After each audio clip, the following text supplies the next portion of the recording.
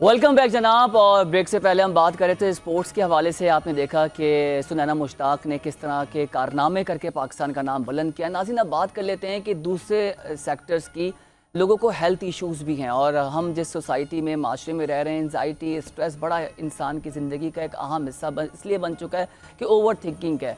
फिर लोगों के वज़न बढ़ रहे हैं, लोगों को फ़िक्र ये कि भाई डाइट प्लान क्या होना चाहिए। वो जिम जाने की तैयारी शुरू करते हैं, एक हफ़्ता जिम जाते हैं, फिर हो नहीं पाता, कंसिस्टेंसी नहीं बनती, ट्रैक सूट भी ले लेते हैं, सारा शेड्यूल भी फॉलो कर लेते हैं। आज इस टॉपिक पर बात करेंगे कि बढ़ता हुआ वज़न कैसे कम कर सकते हैं, डाइट प्लान क्या इख्तियार कर सकते हैं, और कौन सी ऐसी डाइट है जो आपको सेहतमंद रख सकती है, और क्या खाना चाहिए क्या नहीं खाना चाहिए, ख़ुद को सुकून में और स्ट्रेस फ्री कैसे रखा जा सकता है। इन तमाम तर उमूर पर बात करने के लिए हमें ज्वाइन किया है बहुत ज़बरदस्त पर्सनालिटी हैं जिन्होंने अपने ऊपर बहुत अच्छा काम किया है, और अब वो माशरे में लोगों को ट्रेन कर रहे हैं, लोगों को सिखा रहे हैं, बता रहे हैं। पाकिस्तान फर्स्ट फिटनेस कंसल्टेंट हैं, फाउंडर ऑफ पाक fit, Pakistan first digital fitness platform है, और certified fitness professional California USA entrepreneur mind science of professional and corporate consultant हैं। हमें ज्वाइन किया है उमर बिलाल अहमद ने। उमर, अस्सलाम वालेकुम and welcome to the show. कैसे हैं आप? वेरी गुड मॉर्निंग रोहिल भाई, and thank you for the introduction. माशाल्लाह बड़ा जामे और प्रिसाइज आपने इंट्रोडक्शन कराया, सो लुकिंग फॉरवर्ड सर। नहीं तो मुझे अब देख के आपको लग रहा है कि इतनी कम वक्त में माशाल्लाह जो माइलस्टोन्स आपने अचीव किए हैं, तो इसके पीछे एक तो स्ट्रॉन्ग दिमाग और कंसिस्टेंसी है। तो ये सब कैसे मुमकिन हुआ? यार ये फिर एक अलग टॉपिक है, इसके ऊपर तो फिर माई सेल्फ के ऊपर पूरा डिस्कशन। नहीं, माई सेल्फ है, आप मुझे एक मिनट तो बताएं अपने बारे में। इन शॉर्ट ये रखें कि मैंने ज़िंदगी में मेरा अपना उसूल ये रहा है, अल्हम्दुलिल्लाह माँ बाप की तो दुआएं होती हैं, दैट इज़ अटमोस्ट इम्पॉर्टेंट। और उसके बाद जो मैं अपनी स्ट्रेंथ समझता हूँ, मैं अपने ईमान को और अपने बिलीफ को समझता हूँ। और तीसरी चीज़ ये है कि anything what ever I have done in my life, मैंने अगर डिसाइड किया है किसी चीज़ को करने का, तो मैंने उसमें एक्सीलेंस की नीयत से मैं उसमें दाखिल हुआ हूँ। अदरवाइज अगर मैंने एक्सीलेंस हासिल नहीं करनी तो मैं काम करता ही नहीं हूँ। मतलब अगर काम करता हूँ तो एक्सीलेंस अचीव करने के लिए, otherwise I don't do anything. So अल्हम्दुलिल्लाह दिस इज द रीजन कि अल्हम्दुलिल्लाह now I am acknowledged as Pakistan's first fitness consultant, and अल्हम्दुलिल्लाह I have a clientele of more than 45,000 paid clients, individual clients, जिनको मैंने last 8 years में consult किया। Local और international सारे? लोकल इंटरनेशनल सब मिला के, लेकिन 95% मेरा फोकल क्लाइंटेल जो है दैट इज पाकिस्तान। और अल्हम्दुलिल्लाह मैंने, अगर आप गौर करें तो अब आपके सामने ही है कि पाकिस्तान की पहली फिटनेस ऐप भी लॉन्च कर दी है, और पाकिस्तान के नाम से लॉन्च की है, दैट इज पाक फिट। और अल्हम्दुलिल्लाह अब तो आपको पूरे पाकिस्तान भर में उसके बिलबोर्ड्स भी नजर आ रहे होंगे। हमारी मेन शारा फैसल के ऊपर भी आपको नजर आ रहा है। सो अल्हम्दुलिल्लाह now I am going big with the fitness platform, क्योंकि फिटनेस है तो आप यहाँ बैठ के काम भी कर सकते हैं। बिल्कुल ऐसे ही। हेल्थ इज वेल्थ वाला जो पर्सपेक्टिव है ना, जो हमें बचपन से पढ़ाया जाता है, वो बिल्कुल इसी तरीके से। क्योंकि आप अगर पैसे कमा रहे हैं और आपके पास अल्टीमेटली उस पैसे को एंजॉय करने के लिए सेहत नहीं है, आपकी शादी हुई हुई है और आपकी भाई फिजिकल कैपेबिलिटी इतनी नहीं है, फिर आपकी अगर वजन बढ़ा हुआ है, खवातीन की शादियां नहीं हो रही, फिर उससे डिप्रेशन में, स्ट्रेस में लोग जाते हैं। तो आपकी हेल्थ का इंपॉर्टेंस तो बहुत ज्यादा है। तो उसके अंदर आपका फिर ये रोल आ जाता है कि भाई आपकी ईटिंग पैटर्न्स क्या है, आपका रूटीन क्या है, ये वाली सारी चीजें। अच्छा उमर, मुझे ये बताएं कि एक आम आदमी जो 9 to 5 जॉब कर रहा है, ठीक है, फिर वो घर जा रहा है, फिर वो रात को खाना खा के वो घर पे बैठ गया, वो सोच रहा है कि मुझे जिम जाना है, जी, उसके लिए क्या गाइडलाइंस हो सकती है? देखिए सिंपल, मैं आपको क्वेश्चन समझ गया, because this is what I do every day. सही है। सबसे पहले आपने एक बात समझनी है जो मैं अपने यूजर्स को आपके तवज्जुह से बावर कराना चाहता हूँ, which I have been repeating since last 8 years। सबसे पहली बात यह कि अगर आप अलग से अपने लिए एक्सरसाइज का टाइम नहीं निकाल सकते, इवन वॉक का भी टाइम नहीं निकाल सकते, तो दैट इज नॉट इंपॉर्टेंट। पहली बात, अगर आपने अपने आइडियल वेट को अचीव करना है, आपने अपने आइडियल बॉडी फिजिक को मेंटेन करना है, अचीव करना है, अलग से एक्सरसाइज करना जरूरी नहीं है। अगर आप अलग से 1 आध घंटा जिम में या वॉक का भी नहीं निकाल सकते, इस कॉन्सेप्ट को समझ लें। एक साइंटिफिकली एक टर्म इस्तेमाल होती है जिसको हम कहते हैं NEAT, NEAT, non exercise activity thermogenesis. Non exercise activities क्या होती हैं? आप यहाँ बैठे मुझसे बात कर रहे हैं, आप ऑफिस में अपना काम कर रहे हैं, आपका दिमाग चल रहा है, आप स्टैंडिंग पोजीशन में, आप वॉकिंग पोजीशन में। हम मुसलमान पाकिस्तानी, हम एटलीस्ट अगर 5 वक्त की नमाज पढ़ रहे हैं ना, उसी के ऊपर हमारी ठीक ठाक एक्सरसाइज हो जाती है। So all those activities that are not part of जो हमारा ये लफ्ज है नॉन एक्सरसाइज एक्टिविटीज, यानी अलग से एक्सरसाइज नहीं कर रहे आप, लेकिन वो एक्टिविटी आपकी अगर है, so that is non exercise activity thermogenesis. उससे मुराद ये है कि हर वो एक्टिविटी जो अलग से एक्सरसाइज का आप टाइम नहीं निकाल रहे, अगर वो आप कर रहे हैं तो आपकी कैलोरीज बर्न हो रही है, that means you are burning energy, आप एनर्जी अपनी यूटिलाइज कर रहे हैं। कीपिंग इन माइंड, अगर आपका डाइट ठीक होगी तो आप अपने फैट लॉस गोल्स अचीव कर लेंगे even without doing any other exercises अलग से। And this is what my clientele is. अल्हम्दुलिल्लाह मैं पिछले 8 साल से जो काम कर रहा हूं, मेरा 95% क्लाइंटेल वो है जो जिम नहीं जाता, जो अलग से एक्सरसाइज के लिए टाइम नहीं निकाल सकता। मैं उनको एम्फेसाइज करता हूं, मुसलमानों 5 वक्त की नमाज पढ़ लेना, और जो मैं डाइटरी पैटर्न्स तुम्हें बताऊंगा सुन्नत के करीब, उनको फॉलो कर लेना, तुम्हारे रिजल्ट्स अचीव। भाई उमर, लोग कहते हैं बड़ी महंगी डाइट है, लोग नहीं अफोर्ड कर पाते। Wonderful question, wonderful question. क्या खाएं? अब आप सबसे पहले ये समझिए, रोटी अनाज घर में सर, अब मैं बता रहा जी। हूँ, डाइट का जब भी लफ्ज हमारी माशरे में यूज होता है ना, चूंकि we are expose to western media, western technology, western knowledge, तो हम लोग वेस्ट से सारी चीजें अपने मुल्क में इंपोर्ट करते हैं। हमने अपनी अकल बंद कर दी है। 100 साल पहले जब खिलाफत उस्मानिया खत्म हुई ना, तो उसके बाद मुसलमानों का अरूज खत्म हो गया, तो मुसलमानों ने सोचना छोड़ दिया, अब जो वेस्ट से आएगा हम उस चीज को एक्सेप्ट कर लेंगे। आपको यह समझना है कि डाइट नोवेयर मींस फाका करना, भूखा रहना, फास्टिंग करना। फाका करने को, भूखा करने को फास्टिंग स्टार्वेशन कहते हैं। Diet simply means what you eat and drink. आप सामने कागज पड़ा हुआ है, खाना शुरू कर देंगे, आपकी डाइट कहलाएगी।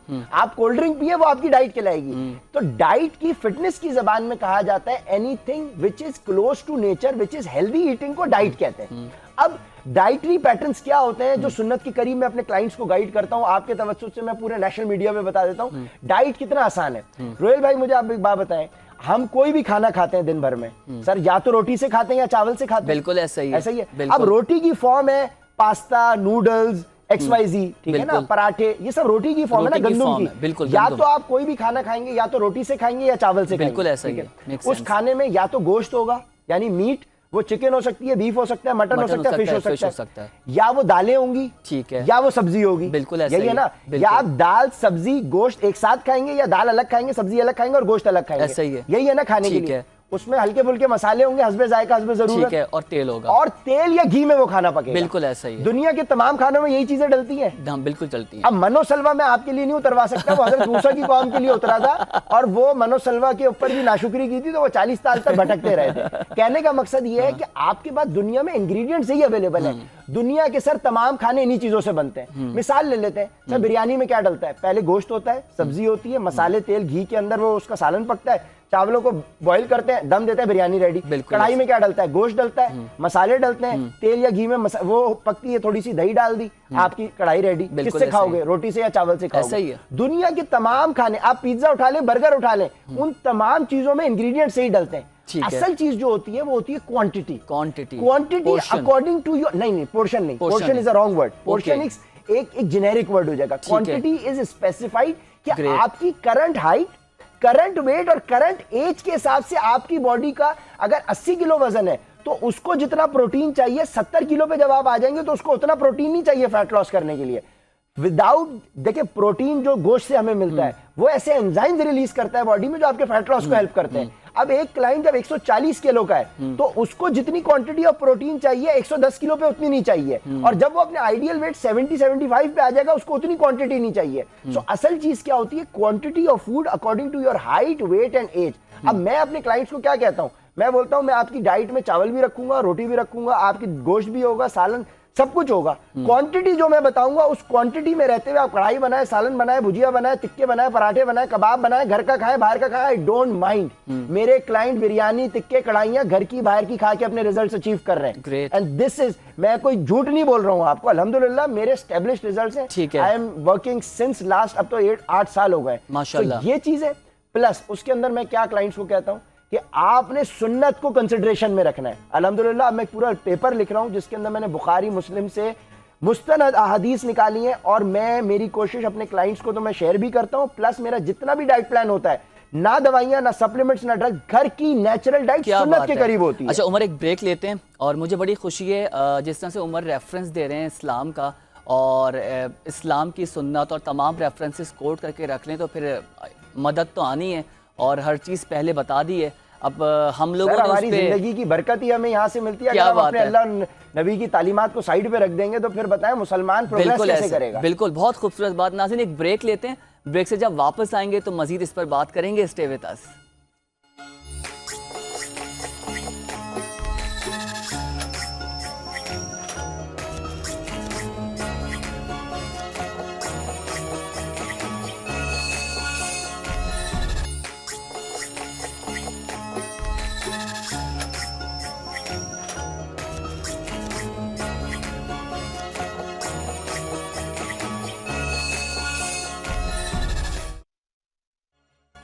वेलकम बैक जनाब। और हम बात कर रहे हैं कि बढ़ते हुए वज़न के, हेल्थ इश्यूज़ के, डाइट प्लान्स क्या होने चाहिए और क्या नहीं होने चाहिए। और बहुत मज़ेदार गुफ्तगू हो रही है। हमारी फ़िटनेस कंसल्टेंट हैं उमर, उनके साथ। उमर मुझे ये बताएं, जी। अगला सवाल अवाम का, पाकिस्तानी अवाम का। भाई उमर बातें कर रहे हैं, सब कुछ सही है। ये डाइट प्लान्स और ये सारे जो मुशावरती अमल होते हैं ये बहुत एक्सपेंसिव होते हैं, हम नहीं अफोर्ड कर पाते। तो मॉनेटरी एस्पेक्ट्स और बजट एस्पेक्ट्स पे क्या क्राइटेरिया है सर आपका? मेरी कोई फीस नहीं है।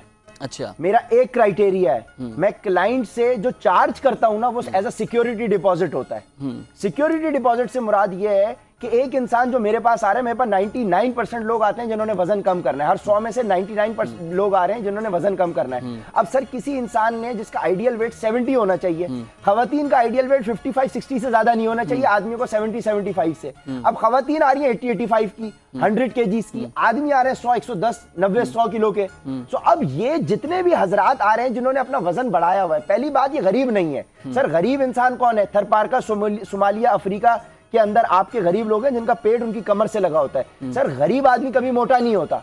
गरीब मोटा वो होता है जिसके पास अपनी जरूरत से ज्यादा खाने के लिए पैसे हैं और वो हिलजुल नहीं रहा, वो आराम पसंद है और वो सिर्फ खा रहा है। कुछ बीमारियां भी हो सकती हैं। सर मैं बता रहा हूं ना आपको, बीमारियां लगती किस वजह से? सर दुनिया की तमाम बीमारियां जन्म पेट से लेती हैं। कहने का मकसद ये है कि एक इंसान जिसने अपना वजन बढ़ाया हुआ है 10 किलो, 15 किलो, 20 किलो, सर उसने over the period of time हजारों नहीं बल्कि लाखों रुपए का गंद खाया है, जंक फूड खाया है, बिल्कुल, जिसको खा के उसकी सेहत यहां पहुंची है। सो डिपेंडिंग ऑन कि वो किस प्रोफेशन का बंदा है, उसका इकोनॉमिक बैकग्राउंड क्या है, मैं उससे इतना सिक्योरिटी डिपॉजिट लेता हूं जिसपे मैं उसको बोलता हूं तुम मुझे इतने पैसे जमा कराओ, जिसको जमा कराने के बाद तुम्हें यह एहसास हो कि उमर भाई की गाइडेंस को मैंने 1 महीना फॉलो करना है। अगर तुम 1 महीना फॉलो नहीं करते तो तुम्हें हो कि यार मेरे पैसे जाया हो गए। तो मैं इतने पैसे चार्ज करता हूं कि तुम्हें यह दर्द एहसास हो कि भाई उमर भाई की मैं गाइडेंस फॉलो नहीं करूंगा। चार्जेस क्या है? वो चार्जेस डिपेंड करते हैं सर, वो 1000 रुपए भी हो सकते हैं, वो 1 लाख रुपए भी हो सकते हैं। मेरे पास अगर कोई बड़े बैकग्राउंड का क्लाइंट आता है, अब जो करोड़ों रुपए कमा रहा है, लाखों रुपए कमा रहा है, उससे मैं 1000 रुपए लूंगा तो वो 1000 रुपए देने के बाद मोटिवेट नहीं रहता गाइडेंस को फॉलो करने के लिए। सो तो मेरा द कॉन्सेप्ट इज आपने मुझे इतनी फीस सबमिट करानी है एज अ सिक्योरिटी डिपॉजिट, जिसको देने के बाद आपको एहसास हो कि आपने मेरी गाइडेंस पे अमल करना है। 1 महीने की इतनी सिक्योरिटी जमा कराएं। अब 1 महीने तक अगर उसने मेरे प्लान को फॉलो कर लिया, जो कि सुन्नत के करीब है, अल्लाह के नबी की तालीमात से करीब है, अगर उसको फॉलो किया उसे रिजल्ट मिलेंगे। उसके बाद फर्दर वो रिजल्ट्स उसको मोटिवेट करेंगे। इनिशियल मोटिवेशन आपके फिटनेस गोल्स अचीव कराने के लिए, जब तक आपकी जेब से सर पैसे नहीं खर्च होंगे ना, आप कदर नहीं करेंगे। सर मुझे एक छोटी सी मिसाल दें, हम लोग मुसलमान हैं, हमने इस्लाम दीन को हासिल करने के लिए क्या कुर्बानी दी है? हमारे घर में कुरान पाक मुफ्त में मिल गया ना, हमें, हमने पढ़ लिया उसको, हम उसको कितनी दफा दिन में खोल के पढ़ते हैं, साल में कितनी दफा पढ़ते हैं। सर मुफ्त की चीज की कदर नहीं है। जब हमने अल्लाह की कुरान की, अल्लाह की किताब की, अल्लाह के नबी की तालीमात की हमने मुफ्त में कदर नहीं करी, आप क्या समझते हैं मेरी तालीमात की कदर हो जाएगी? मेरी क्या हैसियत? मैं अल्लाह के जूते की, अल्लाह के नबी की जूते की खाक के बराबर नहीं। सो जब हमारी कौम मुफ्त की चीज की कदर करने लग जाएगी ना, वो कौम बहुत आगे निकल जाएगी। अभी मैं क्या करता हूं, मैं क्या क्लाइंट को बोलता हूं, पैसे जमा कराओ, रिजल्ट अचीव करो, तोहफे में अपने पूरे पैसे वापस लो। जैसा मैं बताऊं फॉलो करो, रिजल्ट ना मिले तो भी पैसे वापस, गाइडेंस दूं फॉलो करो, रिजल्ट मिल जाए तो भी पैसे वापस। अब सर मुझे एक बात बताएं, जो क्लाइंट रिजल्ट अचीव करेगा, अल्हम्दुलिल्लाह जिस क्लाइंट ने मेरे रिजल्ट अचीव किए हैं वो मेरे पास आता है, मैं बोलता हूं you are now applicable for the refund, get your security deposit back. लेकिन कोई भी क्लाइंट जिसने मेरी गाइडेंस से, अल्हम्दुलिल्लाह मेरी क्या गाइडेंस है, अल्लाह के नबी की तालीमात की बरकत है, उसके जरिए अगर उसने 20, 25, 30 किलो कम कर लिए, वो कभी भी नहीं पैसे वापस मांगता। आपका कंसेप्ट मुझे बड़ा वो प्यारा लगा। फिर Very मैं उसको nice। बोलता हूँ कि अब जो तुम मुझे ये दे रहे हो ये अब मैं तोहफा समझ के लूंगा, फीस नहीं है मेरी। तो कोई और इनोवेटिव आइडिया उमर बताएं। अब तो शार्क टैंक भी पाकिस्तान में आ गया है, उस पे प्रोजेक्ट पे काम हो रहा है, तो आपके हवाले से, फिटनेस के हवाले से क्या? सर मैं अल्हम्दुलिल्लाह, entrepreneurship- देखिए मैं अल्हम्दुलिल्लाह आपको ये बताऊं कि मैंने ऑलरेडी एक प्रोग्राम लॉन्च कर दिया है Great। अपनी विमेन एम्पावरमेंट के पर्सपेक्टिव से। देखिए करीम और बाइकिया जो है वो आदमी हजरात चला रहे हैं, 12-12 घंटे वो बेचारे बाइक चलाते हैं, फूड पांडा करते हैं, उसके बाद जाके वो 30-35 हजार रुपए कमाते हैं। मैंने अल्हम्दुलिल्लाह अपना पिछले 2 महीने से एक पायलट टेस्टिंग के ऊपर एक मॉडल सक्सेसफुली लॉन्च कर दिया विमेन एम्पावरमेंट का, जिसमें इस महीने मेरे पास 25 खवातीन वर्क फ्रॉम होम कर रही हैं। उनको 2 घंटे की मैंने ट्रेनिंग दी है, तीसरे घंटे से वो पैसे कमा रही हैं। और ऑन एवरेज एक खातून मेरे प्लेटफॉर्म को इस्तेमाल करते हुए, जहां पे वो सिर्फ क्लाइंट्स को गाइड कर रही हैं कि मेरा कंसल्टेशन प्रोसीजर क्या है, उसके थ्रू हम मेरे ऑन एवरेज 55,000 रुपीज एक खातून घर से बैठ के कमा रही है सिर्फ मेरे प्लेटफॉर्म से। ना मेरे ऑफिस आने की जरूरत है, ना मुझसे मिलने की जरूरत है, क्योंकि मैं अपने रिलीजियस प्रिंसिपल्स की कंसिडरेशन में खवातीन से डिस्टेंस रखता हूं, पर्दा करता हूं। मैं बहुत प्यारी अपनी बात। फीमेल क्लाइंट्स की शक्ल तक नहीं देखता। मैं उनको कहता हूं मुझे आपकी शक्ल भी नहीं देखनी, आपकी तस्वीरें भी नहीं चाहिए, मुझे आप अपनी हाइट, वेट, एज बता दें, मैं उसी के जरिए आपको जो प्लान दूंगा अल्लाह के नबी की तालीमात के जरिए आप उसको फॉलो कर लें। रिजल्ट ना मिले तो जो चोर की सजा वो मेरी सजा। अच्छा, ये कहता हूं उमर, मैं। तो अल्हम्दुलिल्लाह वो सर विमेन एम्पावरमेंट का प्रोग्राम मैं बेहतरीन। ऑलरेडी लॉन्च कर चुका हूं। उसकी रीजन है सर, ये सुने, क्योंकि लास्ट मंथ के स्टैट्स में आपको बता रहा हूं, मेरे पास 25 मेरे परमानेंट अपना कस्टमर सक्सेस मैनेजर्स काम कर रहे थे। सो 58,000 प्लस क्वेरीज आई हैं मेरे पास लास्ट मंथ। अब 58,000 लोगों को जिन्होंने वजन कम करना है, उनका सवाल उमर भाई का कंसल्टेशन प्रोसीजर क्या है। तो अब मेरे वो 25 कस्टमर सक्सेस मैनेजर्स ने, उनको सिर्फ ये बताना होता है कि हम सुन्नत के करीब कैसे रिजल्ट्स अचीव कराते हैं। क्योंकि सर मार्केट में इतना फ्रॉड हो चुका है और वेस्टर्न नॉलेज का इतना भरमार हो चुकी है गलत नॉलेज की, कि लोगों को अल्लाह के नबी की तालीमात पे भरोसा नहीं है। अच्छा उमर, एक बुनियादी सवाल मेरा ना, पूछे। वजन कम करने के हवाले से। एक तो मॉडल है जो लोग नॉर्मल होते हैं, कुछ लोगों को बीमारियां लगी हुई होती हैं, कुछ डायबिटिक वाले हैं, किसी को थायराइड है, किसी के हार्मोनल इश्यूज हैं, किसी को कोई इंजरी हुई भी है।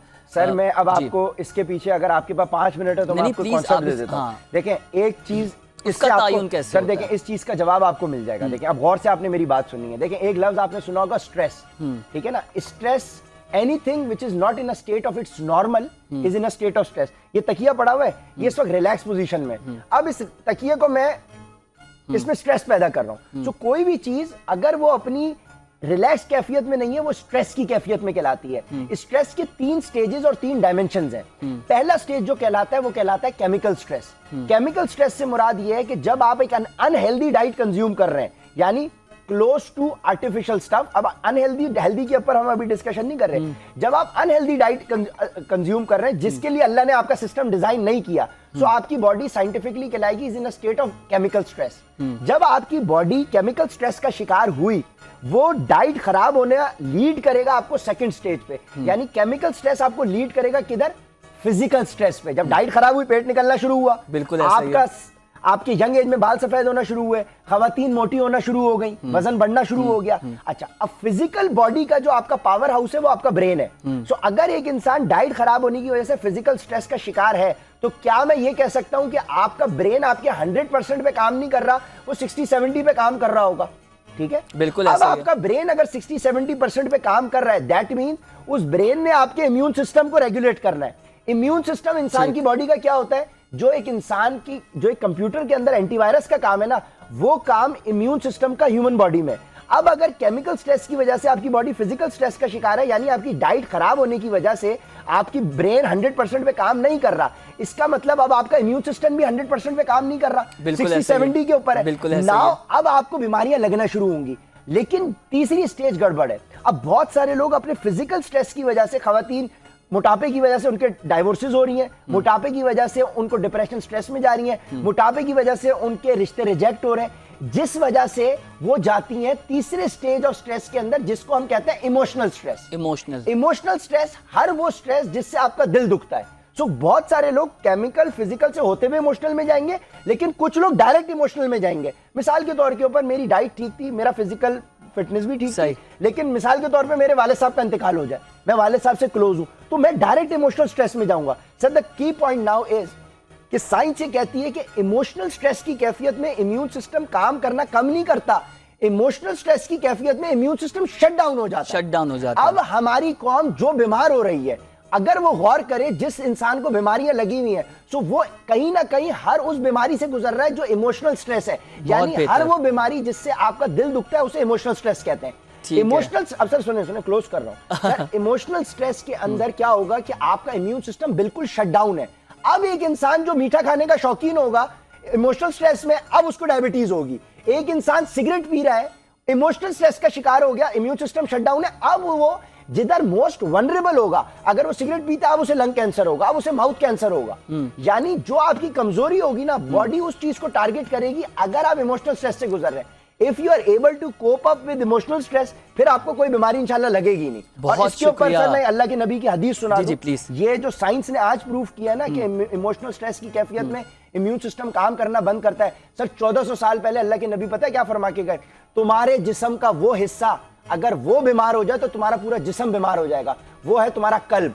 सर ये है, और इस कल्ब को हेल्दी रखने के लिए सर इस कल्ब को हेल्दी रखने का तरीकेकार बताऊं क्या है? हुस्न इखलाक। और अल्लाह के नबी ने क्या फरमाया? बेहतरीन इंसान हुआ जिसके इखलाक अच्छे। बहुत खूबसूरत। जब आपके इखलाक अच्छे होंगे, वक्त हमारा सर जब आपके इखलाक, सर बस आखिरी बात अल्लाह के नबी के ऊपर क्लोज कर रहा हूं, आखिरी बात कि जब आपके इखलाक अच्छे होंगे आप इमोशनली स्ट्रांग होंगे। इमोशनली स्ट्रांग होंगे तो फिर गंदी डाइट भी आपको कुछ नहीं कर सकेगी। बहुत शुक्रिया उमर आपका, माशाल्लाह बातें इतनी अच्छी हैं कि मेरा भी दिल नहीं चाह रहा और उमर का भी दिल नहीं चाह रहा, क्योंकि ऐसे ही है। इसको क्लोज भी किया कि दिल के हवाले से सारे मामला आते हैं। आई होप कि ये हेल्थ इशू वाला जो हमारा सेगमेंट है आपको बहुत मुस्तफ़ीद होंगे आप इससे, और बहुत फ़ायदा उठाएंगे। आप इनके सोशल मीडिया हैंडल से भी इनसे रब्ता कर सकते हैं। अपना और अपने मुल्क का बहुत ज़्यादा ख्याल रखें। मुझे और मेरी प्रोडक्शन टीम को दीजिए इजाज़त। आपसे कल मुलाकात होगी। अल्लाह हाफ़िज़। पाकिस्तान जिंदाबाद।